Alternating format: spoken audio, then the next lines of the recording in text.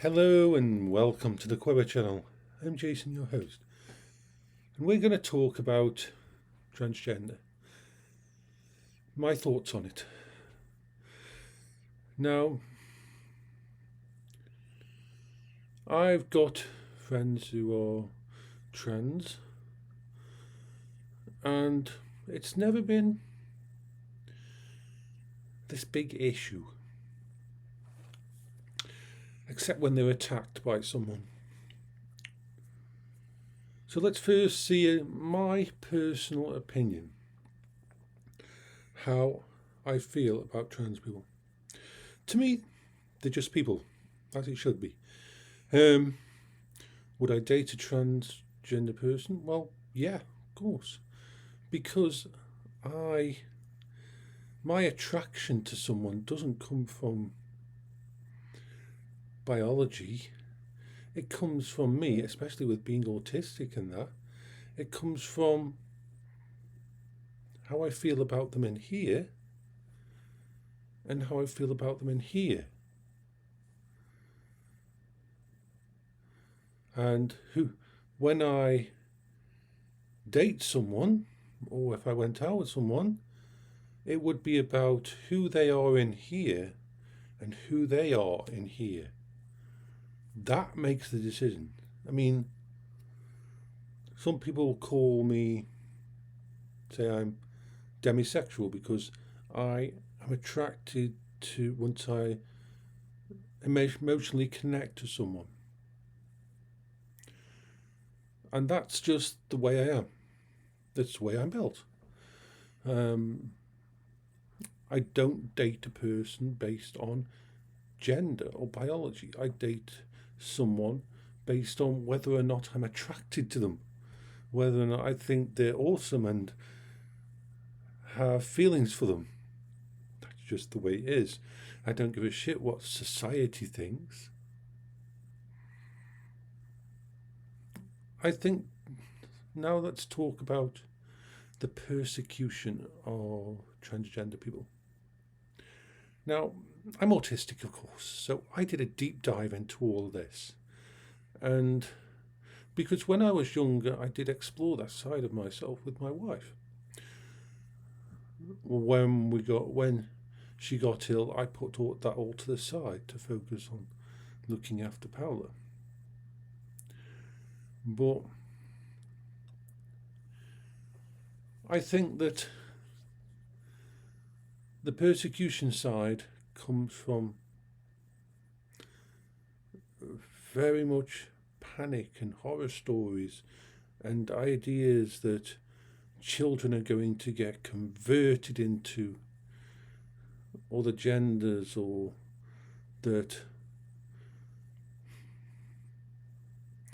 if you let a transgender person into your female bathroom or male bathroom, or if you allow them in changing rooms and all this kind of thing, then somehow you are in danger. This comes from a very dark place. Some of the concerns are valid, but are mistaken. Let me put it this way. Let me explain. I did my own research and I looked through trying to find the actual origin of all of these stories that non-transgender people spread about, oh my God, such and such got molested in a bathroom by someone who was supposed to be in there, and all these kind of things. But I've never found actual proof, actual first-hand knowledge. I'm not saying it's not out there, but it's so rare that it's almost a rounding error.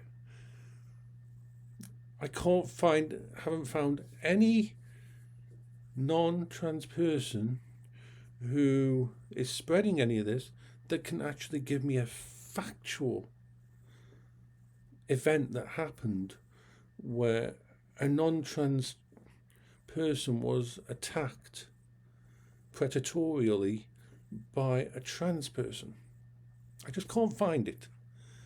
And I base myself on evidence, on facts. And if my brain can't find it anywhere, it's not something that I can thingy. But if you talk to any transgender person anywhere in the world, one-on-one, they can give you multiple horrific horror stories on how they were attacked, they were persecuted, they were hated. This is the difference. That's the sad difference to it.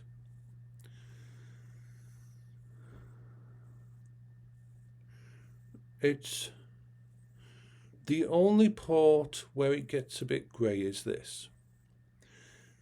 If you are and this is where a lot of the hate and anger is feeding from, and it's a very sad place. If you are a female, mainly female, if you are female and you were harassed, sexually assaulted, raped, or anything horrible like that by a man, and then a man who's transitioned, or a man who is becoming a woman, goes into your safe spaces, there's going to be issues. They're not issues that are caused by the transgender people. They're issues that are caused because you need therapy, you need help, you need to work through these kind of horrific situations, and you need support. And you shouldn't be put in a shit situation where you are having to share your space. But that isn't the transgender people's fault. It's like this hatred has been hooked onto these idea that men are bad, men are evil, men will do all these things. And when a person changes from male to female, he's just doing that to fake it, to get close to me so he can kill me. It's complete. It's very like the problem that we have with the small minority, I hope it's small, of females who actively hate men and section all men as being, they've been harassed by a few men in their life. Some of the times, a lot of it is because they always pick the same kind of men that they go after, and they think they can change them and that kind of thing. It's a whole mess of stuff. But the whole point is, once they've got this example in their head, all men are like that. All men cheat. All men are harassers. All men don't care about women. All men will try to kill you. It's a wrong. But it's fed into this idea that they don't believe that any man can be honest or thingy, so how can they be true about their gender? So that's another problem. The other thing is this. I personally don't think, even though I know transgender people who have known that they were in the wrong body when they were like 8 years old, they just knew something was wrong. It's very like some people who realise that they're gay. They know something's wrong from an early age. Before anybody tells them that, they just aren't their brains that work differently. But I do believe that there should be no biological or medication interventions until that person is at least in the same age where they can vote and make decisions for themselves. I know that's a difficult thing, but my thought is this, that children can be coerced and do things because they're cool and make mistakes, and even, especially with strong emotions, I'm not discounting it all, I'm just saying that I believe that when their children, help should be there from and unbiased therapy and carers that who will support them, but won't tip them either way, won't try to thingy, because that can happen anyway. That can happen, unfortunately, on both sides. And when they are of an age where they can give consent themselves, then they should be able to do whatever makes them happy, whatever they feel inside. I just think that, for example, and this is an actual example, there was I think it was a primary school down in London where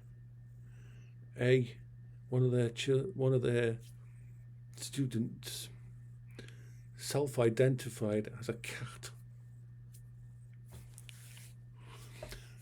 I know that's an outlier, but the thing is we've got to be fully sure. You've got to have not just support and validation from the trans community, but support and validation from unbiased therapy.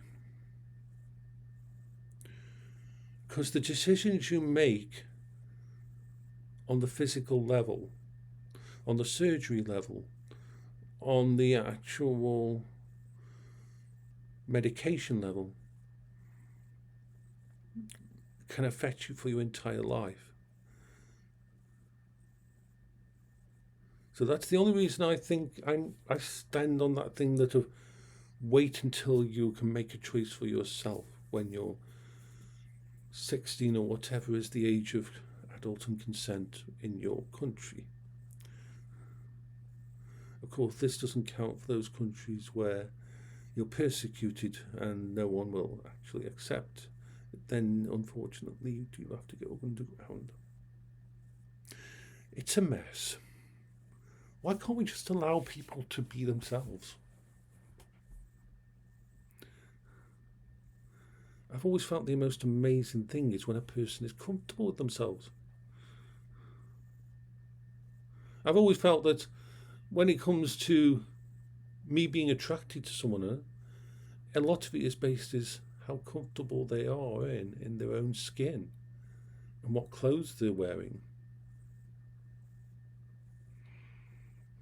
We all like all the sexy stuff and naughty stuff, but when it comes down to long term, one of those sexy things is to know that the person that you're with is actually comfortable wearing what they're wearing. They're happy to do what they do. So this is my thoughts on it. I know it doesn't gel with everyone, but this is my thought. I will always support my trans friends. I'll get in fights for my trans friends because that's what I'm like. And I think it's really sad that people who know nothing about it, who are riding the fear train and the persecution train, are trying to basically destroy people's lives. There's enough hate, there's enough fucked up things in the world. We've got war, we've got terrorism, we've got all the shit going down. Some people don't have enough food to eat. Do we really need to burn someone else at the stake? Take care of yourselves, everyone. This is Jason for the Quebber channel.